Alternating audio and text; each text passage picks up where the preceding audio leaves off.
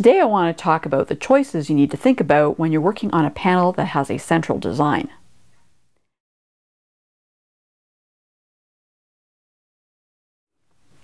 Hi, I'm Kim Jamieson Hurst of Chatterbox Quilts. Today I'm working with this Halloween panel, and it has this one central design. It's a skeleton, so there's not much else going on in this particular panel. There's a few little designs in the corners, but really what you're noticing here is this skeleton in the center. So I want to talk about some of the choices I have to make when I'm quilting this type of panel. Now, when I'm working with a panel that has one central design, you can see I've got an awful lot of negative space going on, but what I want to do in this particular instance is to make that center design pop. And there's a few ways you can do that. So one of the ways I want to talk about is you can echo quilt around it. So I'm going to use my little plexiglass design tool here, very complicated. And I'm just using a dry erase marker here. So what I would do is I would go along maybe about 1/4 of an inch out along that whole design. Now I'm not going to do it just once. That's not going to be enough, is it? I'm going to do it probably 3 times. I like to do things in multiples that are uneven rather than even. Seem to be more effective when you're quilting. So we go down and we're going to do another one, again fairly close along, probably another 1/4 an inch out, and of course that third one to give it the uneven number. Okay, and I would do that all the way down. Now that's going to identify that center motif that you want to have pop, that center design that you want to have pop.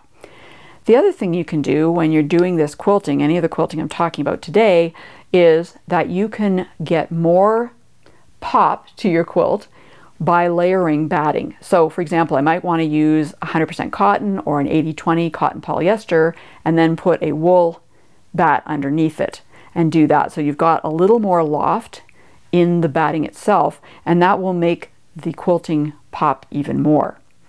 So after I've done this echo quilting around the whole design, that's identified that center design, what am I going to do next? Well, the next thing I'm going to do is some background quilting. And what I want to do there, let me just erase this here because I'm going to run out of room.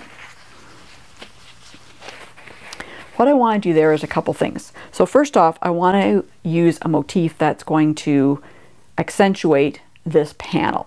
So I'm looking to the panel, what's in the panel, for design ideas, for motif ideas, right? So one of the first things I'm noticing is these little embellishments in the corner. So you can see how they are like a little swirl. And I love swirls. So I'm probably going to do some swirls or some circular motifs in the background. And I might even throw in a little skull here and there. But one thing I know I'm going to do is I'm going to keep the size of the motifs fairly small, not micro quilting, but fairly small. I don't want to make, these great big swirls. So I'm not going to go in there and do something like this. I'm not going to do that. I could do that, but it's not going to give the texture that I want. The texture I want in that background area is I want that to be dense enough quilting so it's going to push the background down, allowing that center design to pop out. So I will probably be doing something more like this. And again, keeping in mind what you're already seeing on the panel, I'm probably going to do some smaller motifs, smaller swirls like this. And they're going to go up to where I've got those echoed lines that are going to be around that skeleton. So something along the lines of that. The other thing that I want to think about, of course, is my thread color.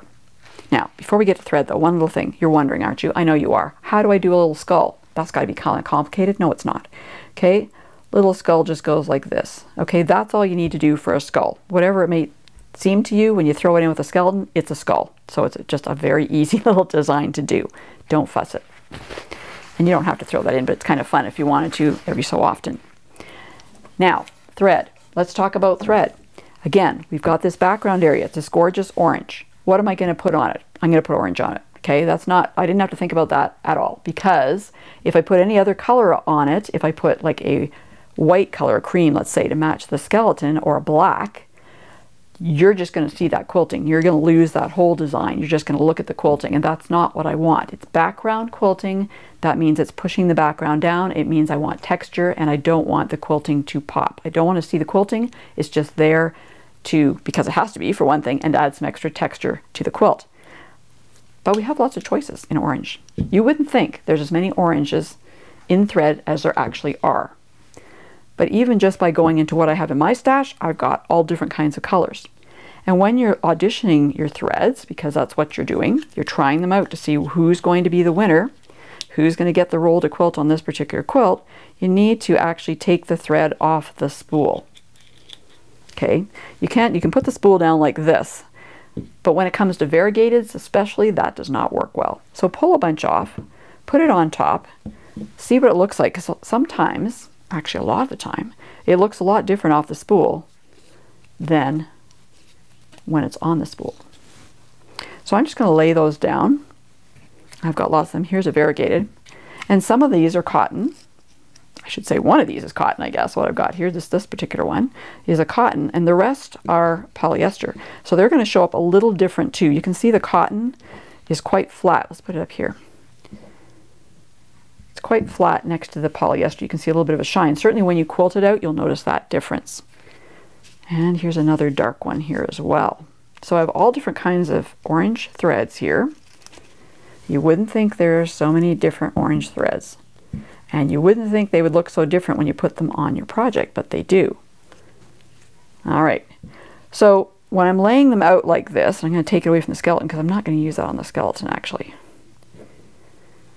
Okay, so I tend to go towards the polyesters now. I used to use cottons, now I go to polyester. So I'm not liking the shade that much of this cotton. So basically it's a process of elimination. Sometimes it's easier to pick out the things you don't like than the one that you really do like. So if one's glaring out at you and you're going, oh goodness, then that's the one you need to pull off the quilt because it's the one that's not working. So for example, this one to me is not working. So I'm going to pull that off. He's too light. Okay, I don't like the lighter ones. I like it a little bit darker.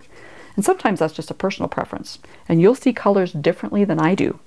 So when you lay them out here, you may pick something different than I will, but that's okay. It's your quilt, right? You pick what you like. Now here's my little variegated guy, okay? Now variegated, you really have to pull them off the spool because first off, to see exactly what colors are on that thread spool, sometimes they're different than how they look when they're wound on the spool. And also you want to see the color changes. How often does it change?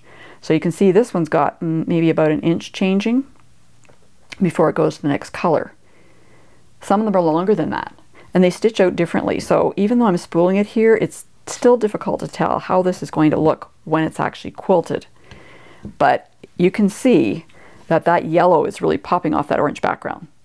There's a lot going on in that variegated thread, more than I want on this particular quilt. Remember, it's background quilting. I don't want to see that thread, and that yellow is just going to pop right out every so often.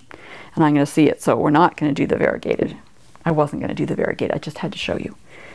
But now you've got these darker spools, okay? We've got some darker threads here. And gosh, what if I don't like any of these? Well, then I might have to go and buy some. Wouldn't that be horrible? Okay, now let's look at the darker colored threads. We've got two darker colored threads.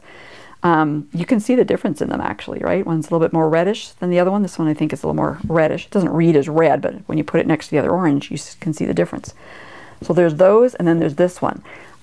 I am thinking that this one is actually matching better in the background for me. So I kind of like that one. So I'm going to take these off, and I would probably choose that particular one. If I had just a shade just a tad darker, I might even go with that one, but that's not bad. I think that's working pretty well. So I think that would work as background where it's not going to jump out at you and you're not going to notice it. It's just going to blend in quite nicely with that orange background. Okay, so we've decided that we're going to use that thread. We've decided we're going to echo around the skeleton. We've decided we're going to use a little motif here, some swirls going on, maybe some little skulls in and out. You don't have to use swirls in there if you don't want to, but I would probably use some kind of a rounded design just because it would pick up on these embellishments in the corner.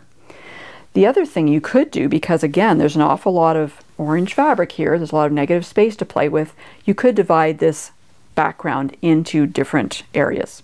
So for example, maybe I wanted to do like a cobweb in this particular area, let's say, but I don't want to do cobwebs across the whole quilt because it take too long and I'm not that good at them. So let's just say if we're doing a cobweb here, let's just say it's like this. Obviously this isn't how I would stitch it, but this will give you what it would look like. So you could actually do a cobweb up in that corner You could even have it on a bit of a different angle if you wanted to. And maybe you want that to come out to, you know, the end of that particular motif. And then you want to do something different. Maybe then you want to continue on and you want to do something like this. Just back and forth, easy lines. You could certainly do that because that's got the rounded edges. It's not sharp points or anything. You could do something like that, or you could do your swirls in there as well. But you could do that with the whole background. You could break it up into different areas, smaller areas, and try out different quilt motifs. It's a good way to practice different motifs, especially ones you're not as familiar with.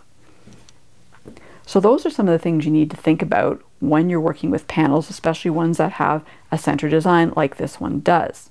So of course my next step would be to actually go and quilt it. So now I know that I'm going to use this thread.